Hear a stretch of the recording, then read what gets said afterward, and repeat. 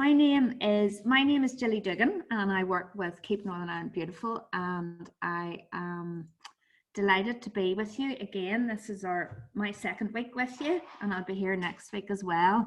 So today our presentation is going to be on making compost, which is a big favorite of mine, something I love to do. So we're going to talk through that and using water butts and just trying to be as sustainable as possible in the garden. So I'm going to share my screen with you. And as I said earlier, well, a wee bit of housekeeping actually. This session is being recorded, so if you want to keep your camera off, that's absolutely fine. It would be great if everybody could stay on mute, which you are at the minute, which is brilliant, unless you have a question. And we'll take questions at the end of the first half hour, then we'll have the 20 minutes break, and then after the second half hour we'll take some questions there as well. And also feel free to put any messages you have in the chat box. So I've just got one there, which is brilliant. Okay, so here we go.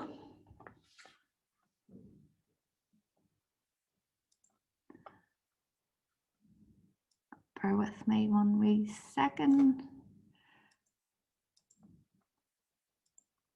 Now, hopefully everybody can see that. Thumbs up. Yeah, brilliant, great. Okay, so yeah, my name is Gilly Duggan, working with Keep Northern Ireland Beautiful. I'm biodiversity recovery coordinator there, a job which I really love, and I've been spending the last few weeks, well, the last few months really, putting orchards, small orchards into primary schools. So that has been fantastic, I have to say. And this is a lovely project designed by Radius Housing. So today, composting, and well, hopefully some of you are old enough to remember Bette Midler, like I am, but this quote of hers I came across a few years ago, and I absolutely love it. So she's sorry, I'm just letting more people into the session. So whoops, sorry, as Bette said, my whole life had been spent waiting for an epiphany, a manifestation of God's presence, the kind of transcendent magical experience that lets you see your place in the big picture. And that is what I had with my first compost heap. And she's absolutely serious about that. She's a big advocate of growing your own, especially in inner cities in America, and making compost. So as it says there, we don't expect you to be just as enthusiastic as Bette Midler, but let's see how you feel at the end of the session. So why should we compost? Well, feeding the soil is the foundation of organic gardening. So compost feeds all sorts of soil organisms, and if you've got healthy soil, that's going to mean healthy crops. It's free and it saves you money on bought compost. It's also the very best type of recycling. So you're going to take things like garden waste and kitchen waste and grass clippings and stuff like that and turn it into something really nutritious and fantastic for growing your plants in. So it uses up waste products, and like those we just discussed, and prevents them going to landfill. And of course, Bette Midler might be right. It might be that experience we're all waiting for. But I do, even myself here, we have 3 compost bins going all the time, and it does amaze me that you start with a whole pile of vegetation and leaves, and in about a year it turns into this beautiful black crumbly stuff. So what's wrong with using peat? Well, I think anybody who has ever gone out to buy compost at all will know that they're mostly, and used to be almost exclusively, made from peat. And And of course, now we know with the climate crisis and all the rest of it that peatlands are really, really important habitats, both for biodiversity and in terms of capturing carbon from the atmosphere. So peatlands have developed over many thousands of years and lay down at a rate of about 1 millimetre per year. So that's just massive. Also, it has been proven now that peatlands capture every bit as much carbon as woodlands, and can store that really, really deep. So I would urge everybody, if you have to go out and buy compost, and thankfully things have been changing, so you can get more and more options for peat-free compost. So it will usually say peat-free on the bag, and if in doubt, there should be a declaration on the peat content on the back of the bag. So if you're limited to where you can go to buy compost, and that's if you need to buy it. Of course, if you make it, you don't need to buy it at all, but try and choose the compost that has the least percentage of peat, so the lowest percentage of peat. So that could be anything from kind of 20% to 70%, but yes, try and buy peat free if you can. And making compost there's no magic to compost. Actually, it's a very natural process that will transform your kitchen and garden waste into something that's really valuable and nutrient rich for your plants. So plants need nitrogen, potassium, phosphorus and trace elements to grow really well and really healthily, and compost can provide all of that. So it's also a good idea, depending on how much compost material you have, to have more than one compost bin or heap, so that when one is full up and it's breaking down and starting to compost, you can start on a new one and just let that one sit and let nature do the rest, really. So yeah, 3 simple ideas, concepts for making compost is you're layering up lots of material over time. And that's different types of material. You want to turn it regularly to let the air in, and you need to have patience and let nature do the rest. And people often ask, how long will it take to make compost? Well, that depends on lots of variables. So it can take about 6 months to a year or longer to make good compost. And the factors that affect that length of time will be how often it is turned, the time of year. So heat will speed up the process. So if you obviously in the summertime, you're going to get quicker rotting down and stuff, and then in the wintertime things won't move as quickly. Worm action.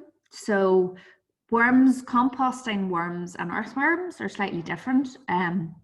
Composting worms are also called brandling worms. So those are like the wee red worms that you get, and they actually seem to appear as if by magic out of nowhere. So, but they really are the workers in your garden. So they're going to break down your material, and obviously as they eat that and it comes out the other end, it's called worm cast. That's really, really fertile mixture for your plants.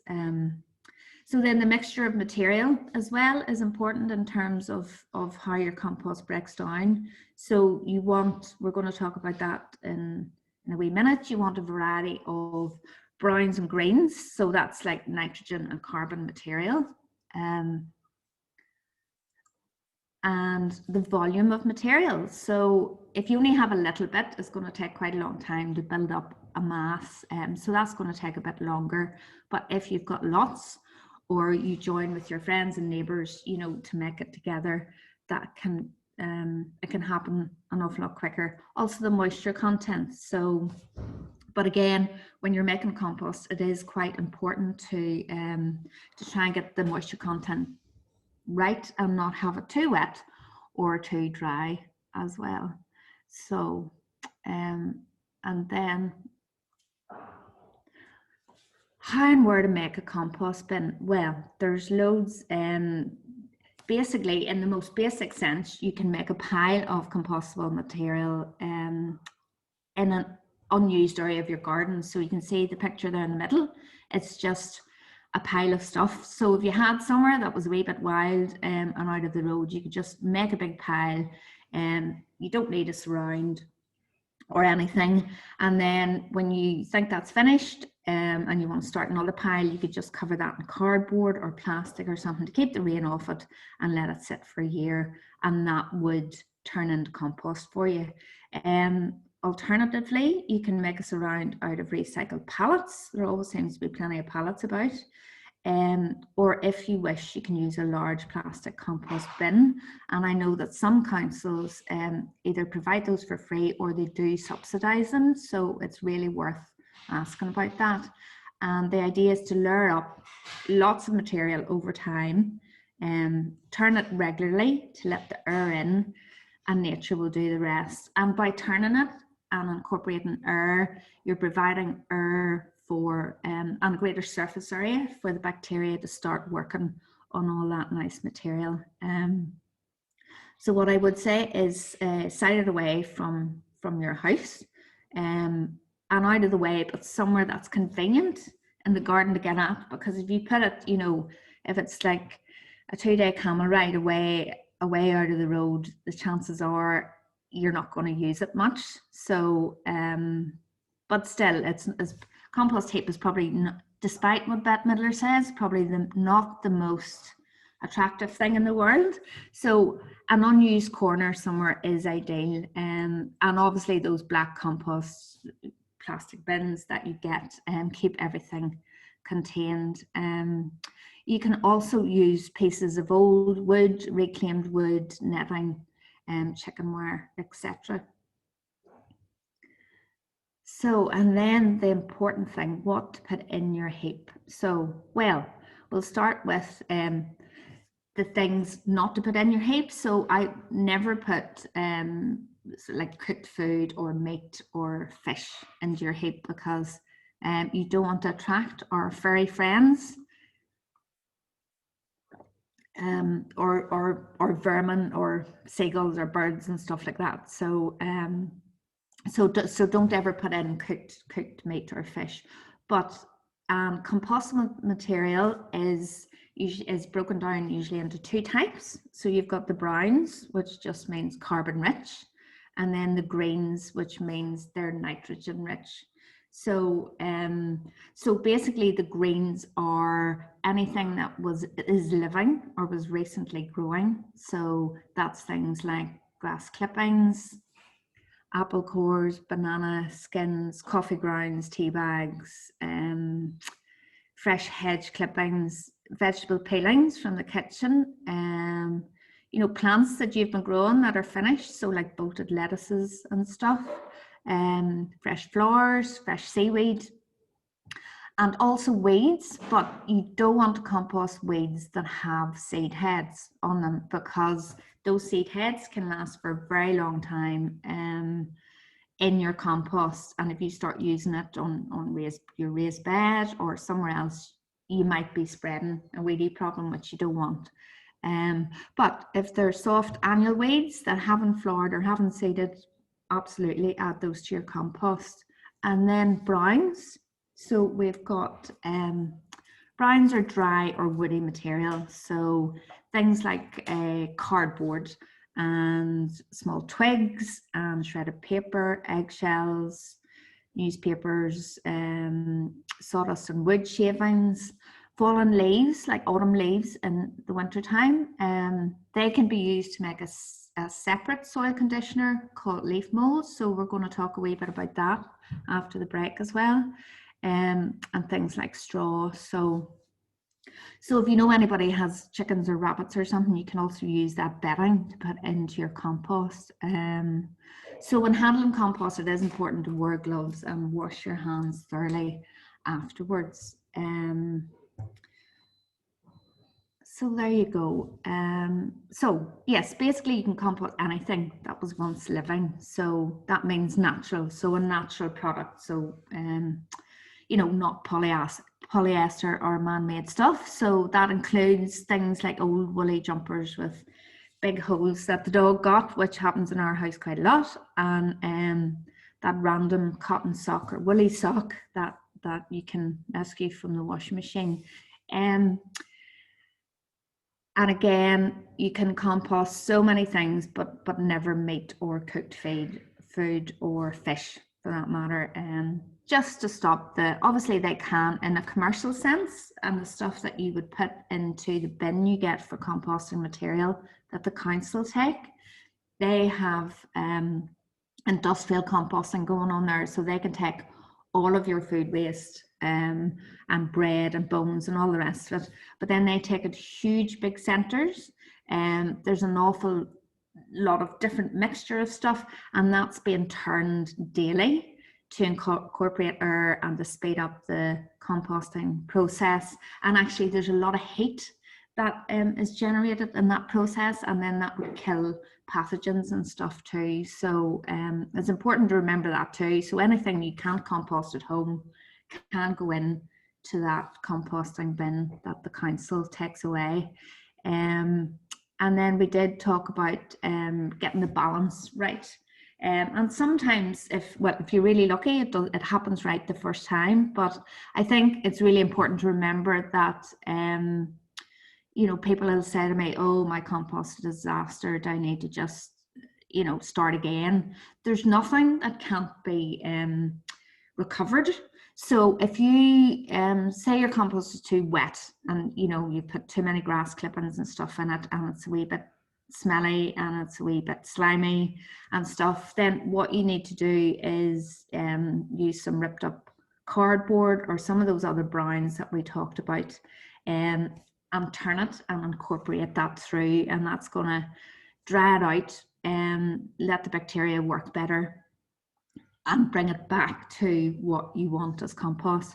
If it's too dry, that's kind of really simple. Just add more greens like grass clippings or freshly growing stuff, or put the hose on it and turn that around as well. So and then your compost will be ready when it's broken down and it's dark and crumbly and smells of the earth. So it, you know, it shouldn't smell fusty. It shouldn't smell like rotting vegetation or something. It just should smell like the ground. So don't worry if you have bigger bits that are left at the end of that process, because that's, I mean, I do. Sorry, hounds are kicking off. I'll just put this on.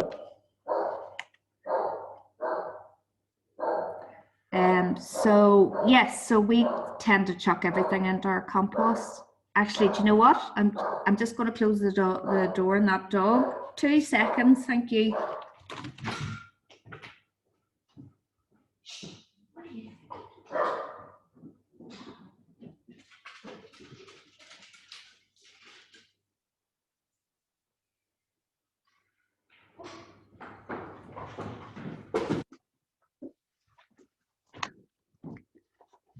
Sorry, apologies, the joys of working from home and having 3 doggies.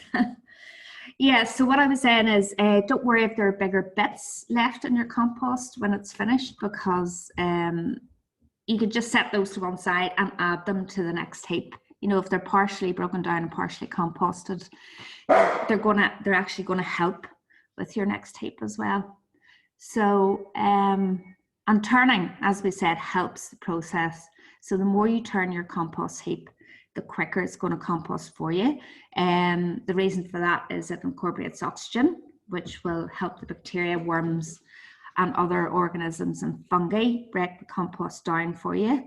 And that also deters any small rodents from getting too comfy and setting up home in your compost heap. Now, if turning in autumn or winter, or making leaf mold, and we'll talk about that in a wee minute or two, just be careful of hibernating hedgehogs and stuff. So in the summertime, that wouldn't be an issue at all, but it's, you know, start from the edge and just be a wee bit gingerly about that, because it probably would be a nice place for for a hedgehog to be. And then this statistic I think always blows my mind. It's that 1 teaspoon of soil contains more living organisms than there are people in the world, which is just phenomenal, I think. So how to start composting. So if you can keep a wee separate bin or a wee bucket or a container in the kitchen to collect your apple cores, banana skins, tea bags, vegetable peelings. I put used tissues in mine. You can also, ask your friends and neighbours if they'll save their vegetable peelings for you. Obviously clean stuff. You can add shredded paper at the inside of toilet rolls. You can also add, the egg box cartons you get, the ones that are made out of cardboard.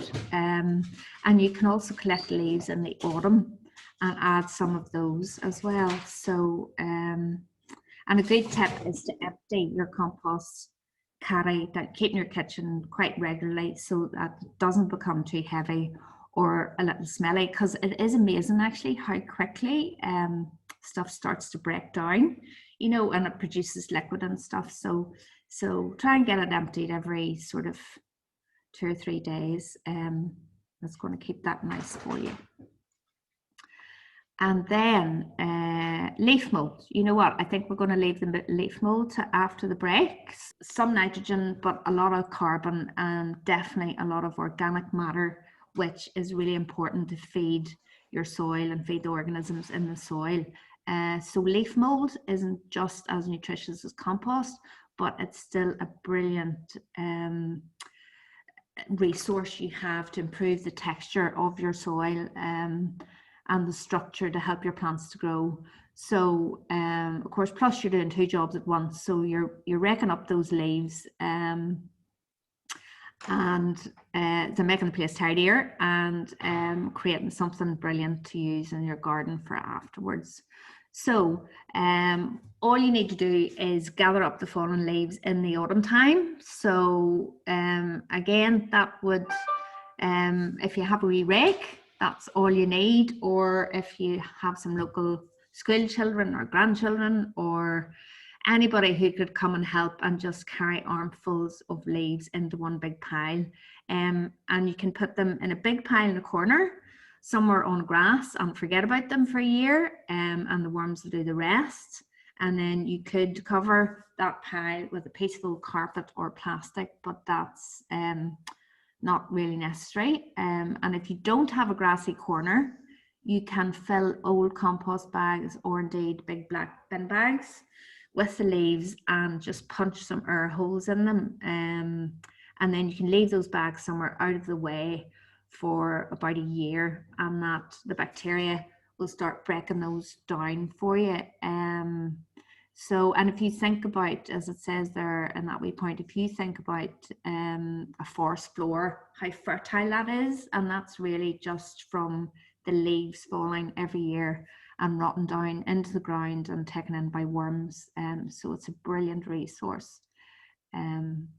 So I think we might watch this one wee video actually for the first one. It's I'd worked on a project with SAFE for schools a few years ago, and they come out and did some filming at our own place about compost. So this one was done in the winter time. Where do we see? I have probably got too many screens open at the minute. Where do we see? Where do we see? Slideshow. Oh, Google, here we go.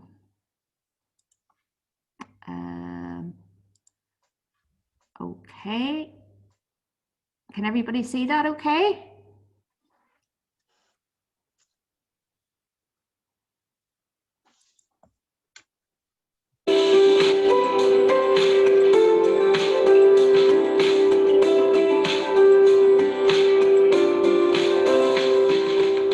Compost is a really important thing in the garden. If you can make your own, out of waste that would otherwise go to landfill. That's a really good thing. It's really nutritious, it's great for your plants, and very good for the environment as well. So we have 3 compost bins here at different stages. This is the one they're currently using, which is full of garden waste, prunings, trimmings, and all the other stuff you can put in your compost from the house. So we've got banana skins, cardboard, eggshells, and you just keep adding those in, layering them up. The more you turn your compost, the quicker it's going to compost for you. A wee bit smelly, but great. Plants are going to love it.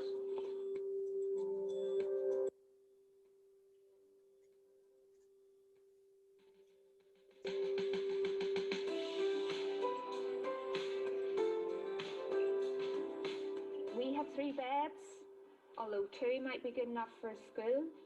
But you want to encourage your kitchen or your canteen or children at break time to compost as much as they can. We would use a lot of compost. When we empty this bed, we'll turn this one into here, and then the first one into there, and it just keeps going in a big cycle.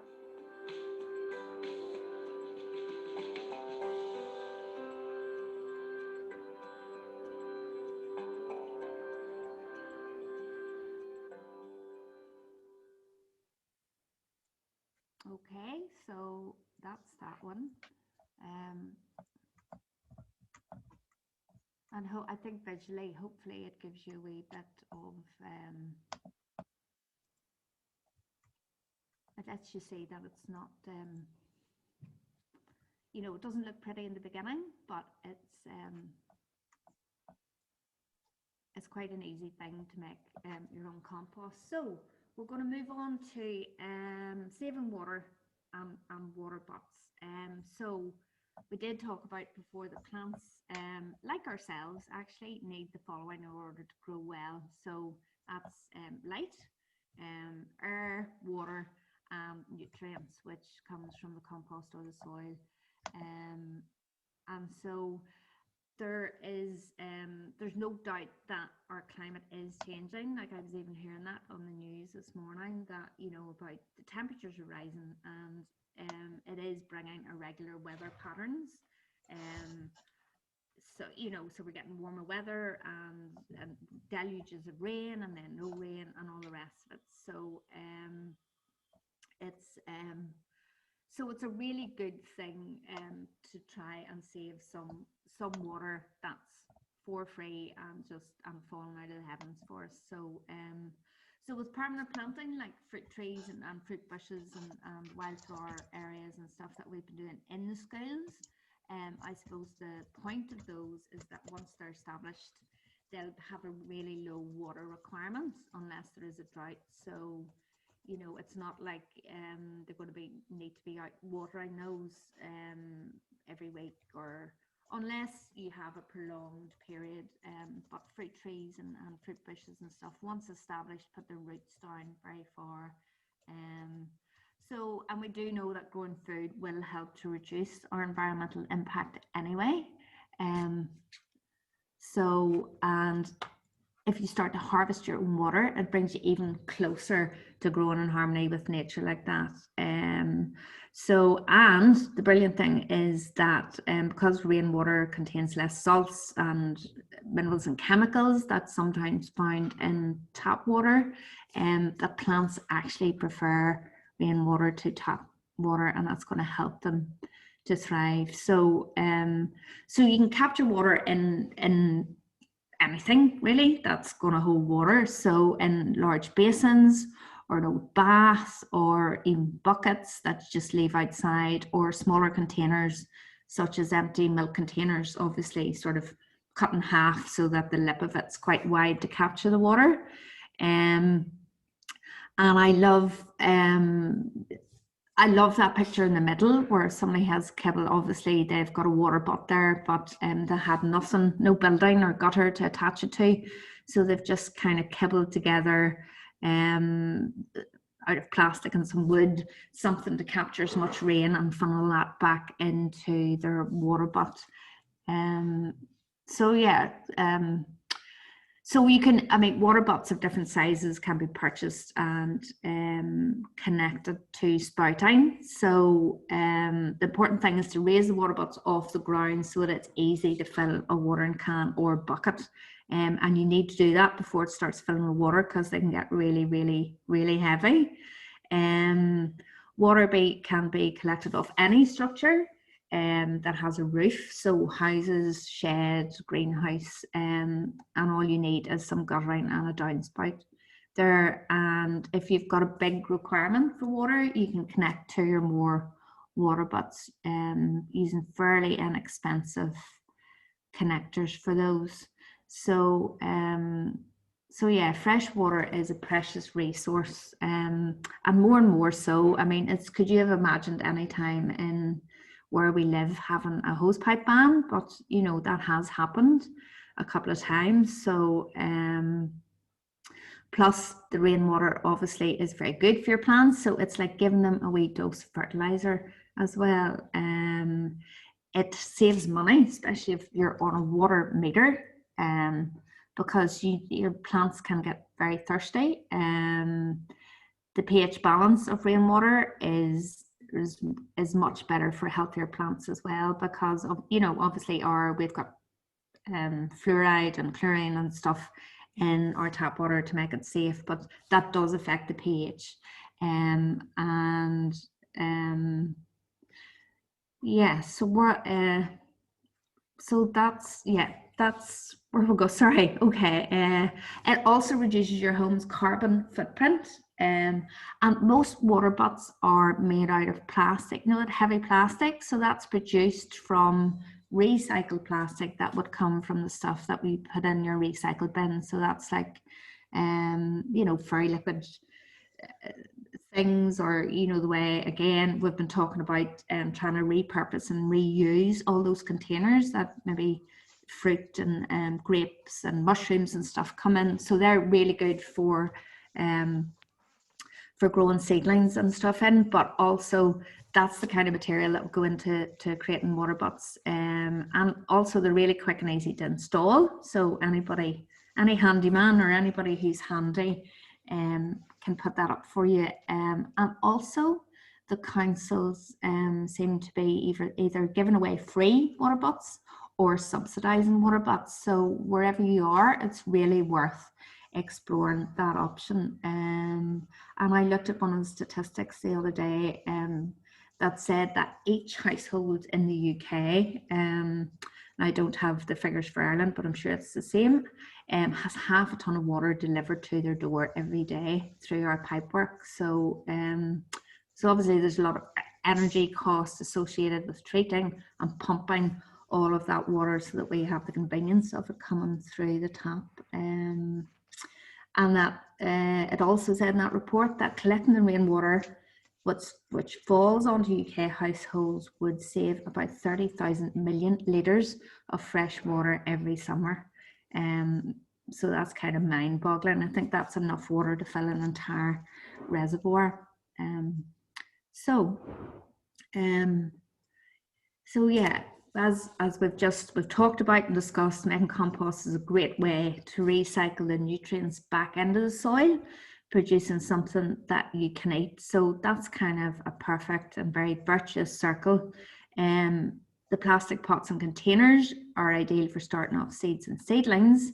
And as we talked about last time, just make sure to put drainage holes in the bottom if there aren't any already.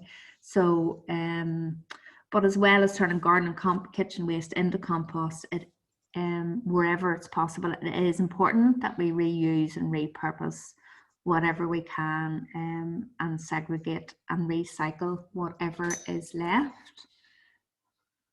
So so many things that can be recycled now, like our you know, obviously our green waste, which we talked about. So the green waste, if you know you can't make your own compost, make sure that goes into the food and garden waste bin so that can go away for the councils to recycle. There was a lady on a Monday called Lena, actually, who said that she was the only person in her street who used that green waste bin, which is shocking really, isn't it? Because the rest is going into landfill.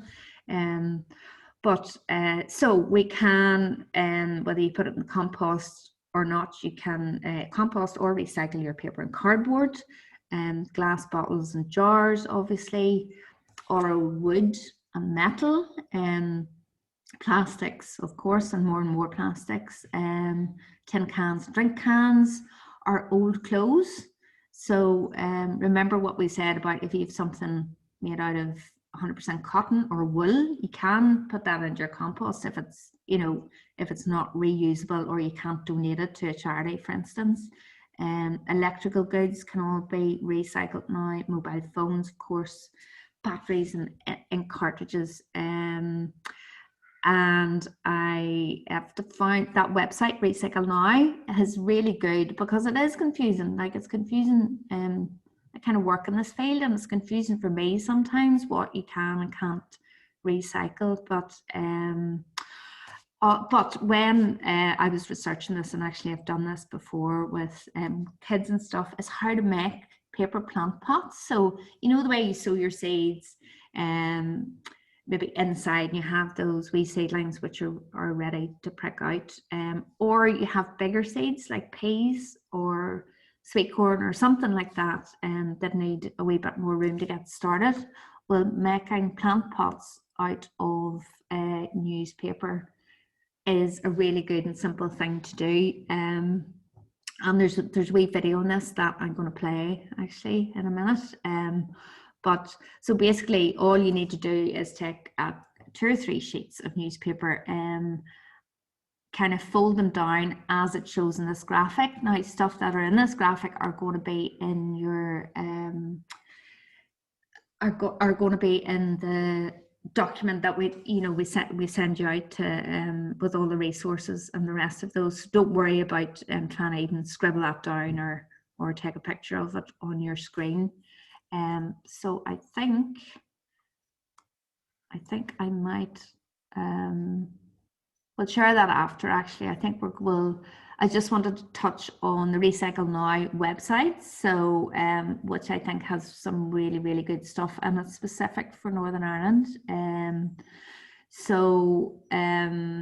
it gives you a list of things that you can recycle. Things like the clear meat trays, which again, I think people get confused, but with those. But I think if you take out the soap pad in it, give it a wee rinse. Those are absolutely fine to recycle. Plastic takeaway trays, fruit pots, yogurt pots, and those pots you'd get soup or fresh cream in, tubs for butter and margarine, and the dishwasher tablet and washing capsule tubs. As a gardener, also, I would say you can use all of those to grow stuff in, so you should never need to buy pots. And I suppose we're all Recycle Now in Northern Ireland in general is trying to work towards a recycling target of 65% of everything recycled by 2035. So which would be fantastic. So I'm going to stop sharing. We're going to watch that wee video, and then we can take some questions.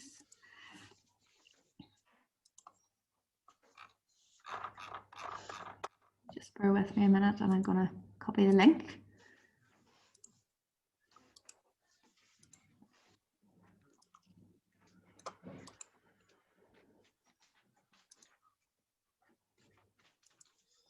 There we go.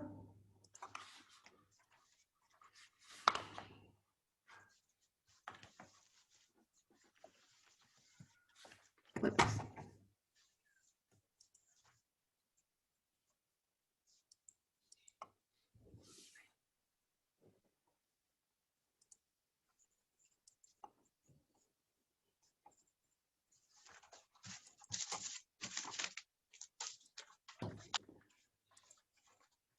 Sorry, just bear with me 2 seconds.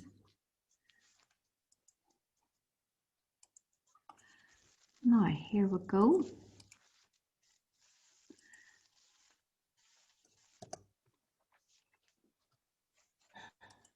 So this is for the pots. And I know somebody said to me the other day, nobody reads newspapers anymore, but I don't believe that. I think lots of people still do, and I quite like to do that myself. So this is literally about 2 minutes long, just a wee bit less. So I'm going to show you a really neat trick to make your own pots from newspaper. They're really eco-friendly, really cheap and really simple to make. All you need are some sheets of newspaper and some jars or tins. The size of your jar or tin is going to determine the size of your pot, so you just want to think about that. A smaller pot might be really good for sowing seeds and a bigger pot for putting on later. Okay, let's get started. So take your sheet of newspaper and you want to fold it almost in half, but not quite, like that.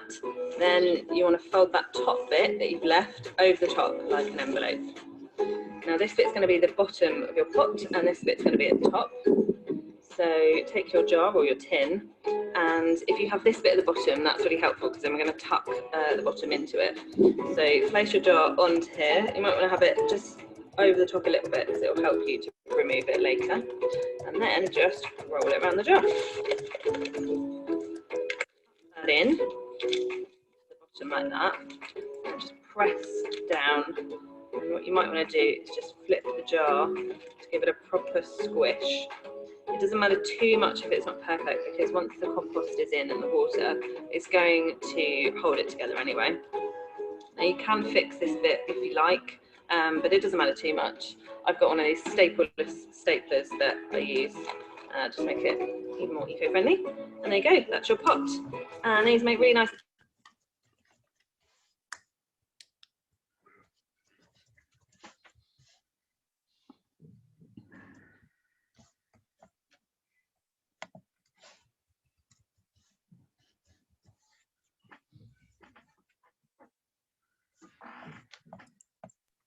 Julie, I'm not sure that everybody's hearing just the noise at the end there, just the last half minute maybe. Right, okay. Do you want me to play it again? Actually, Deirdre? No, it was fine. Yeah, okay. Sorry. I'll just turn that woman off with her origami pots.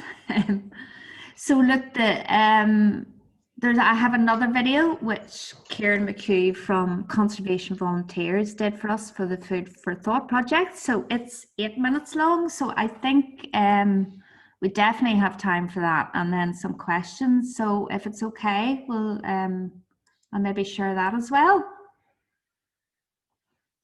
You can let me know if can everybody hear the sound okay? Mostly.